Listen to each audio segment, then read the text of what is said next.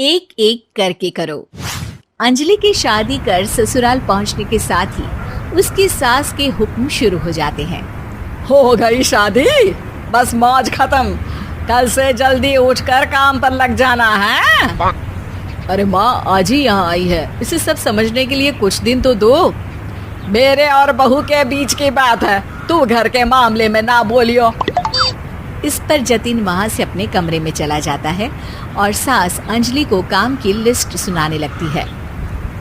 सुबह पहले घर की सफाई करनी है, फिर कपड़े धोने हैं, साथ में खाना भी बनाना है।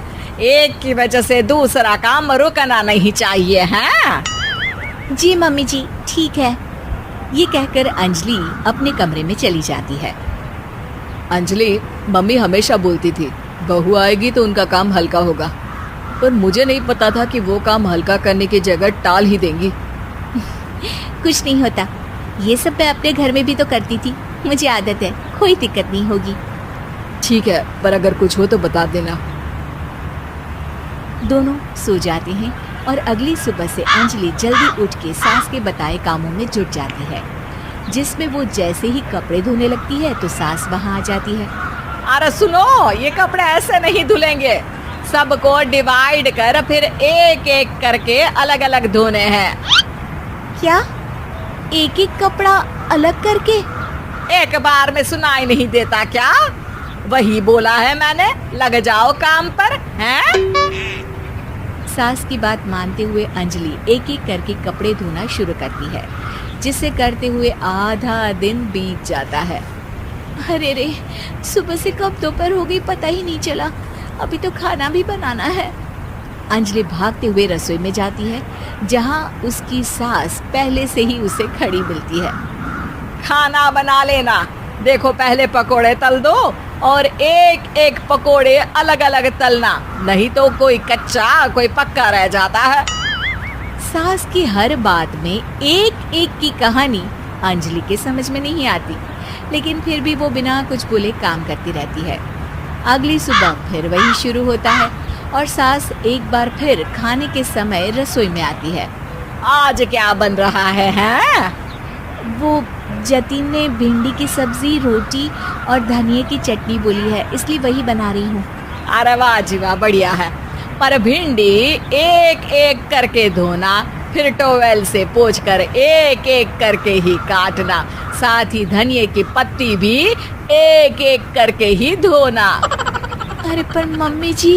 अरे क्या पर, सफाई का ध्यान रखना आता भी है या नहीं है? मैं ये सब सबकी हेल्थ के लिए ही तो कर रही हूँ ना, और तुम अर पर करती रहती हो हैं? सास की बातें सुन अंजलि हैरान रह जाती है। मैं तो सिर्फ सोचती थी कि जानबूझकर मेरा काम बढ़ाने के लिए ये सब करती हैं, पर ये तो काम बढ़ाने के साथ परेशान भी करना चाहती हैं। मैंने इनकी कौन सी बहस खोल दी जो इतनी दुश्मनी निकाल रही हैं? अब क्या करूं? अब अंजलि सास की बातों और हरकतों के बीच फंस जाती है। काम के लिए मना भी नहीं कर सकती, नहीं तो जाने कौन सा ड्रामा खड़ा कर दे। पर अंजलि तुझे कुछ तो करना पड़ेगा। इतनी देर में जतिन भी वहां आ जाता है। अरे कौन ड्रामा खड़ा कर रहा है और क्या करना पड़ेगा? जतिन की बात सुन अंजलि सोच में पड़ जाती है। इन्हें सच बताऊं या नहीं? पर अगर ये गुस्सा हो गए तो? वैसे भी अपनी माँ से बहुत प्यार करते हैं, फिर उनके खिलाफ कुछ सुन कैसे लेंगे? अंजलि ये सब सोच ही रही होती है कि जतिन फिर बोलता है। अरे क्या हुआ, कहाँ खो गई? अरे नहीं कुछ नहीं, वो मैं टीवी सीरियल के बारे में सोच रही थी। यहाँ और कौन ड्रामा करेगा? अरे तुम भी ना, चलो मैं चलता हूँ। इसके बाद कुछ दिनों तक अंजलि सास को सबक सिखाने के लिए अलग अलग प्लान सोचती रहती है, पर उसे सास के एक एक करके काम करवाने की आदत बंद करने का कोई तोड़ नहीं मिलता।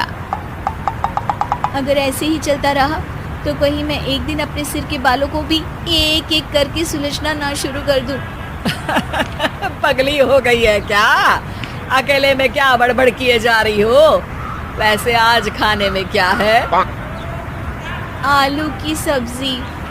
तो फिर आलू को अच्छे से काट कर उसके कटे हुए कपड़ों को एक एक करके ही धोना है। बिल्कुल, इसे कैसे भूल सकती हूँ।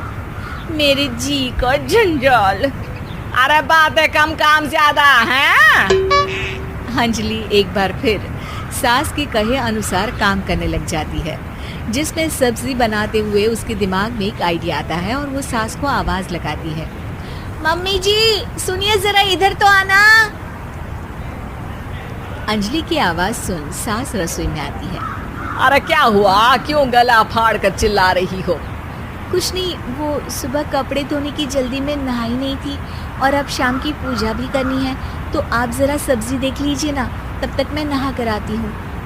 अंजलि सास को रसोई में छोड़कर नहाने चली जाती है। इसी तरह देखते देखते 4 घंटे बीत जाते हैं, लेकिन अंजलि बाथरूम से बाहर ही नहीं निकलती, जिसे देख सास उसे आवाज लगाती है। अरे बाथरूम में ही समाधि लगा ली क्या? यहाँ सब्जी बनकर ठंडी भी हो गई और अभी तक तेरा नहाना खत्म नहीं हुआ। मम्मी जी जैसे आप कहती हैं ना, मैं वैसे ही एक एक करके अपने बाल शैम्पू कर रही हूँ। तो अभी 3 घंटे और लगेंगे, तब तक काम और जतिन को खाना सर्व करना आप संभाल लेना। इस तरह अपने नहले पर बहू का दहला देख सास शॉक्ड रह जाती है, जिसके बाद से घर में एक एक करके करने का आलाप बंद हो जाता है।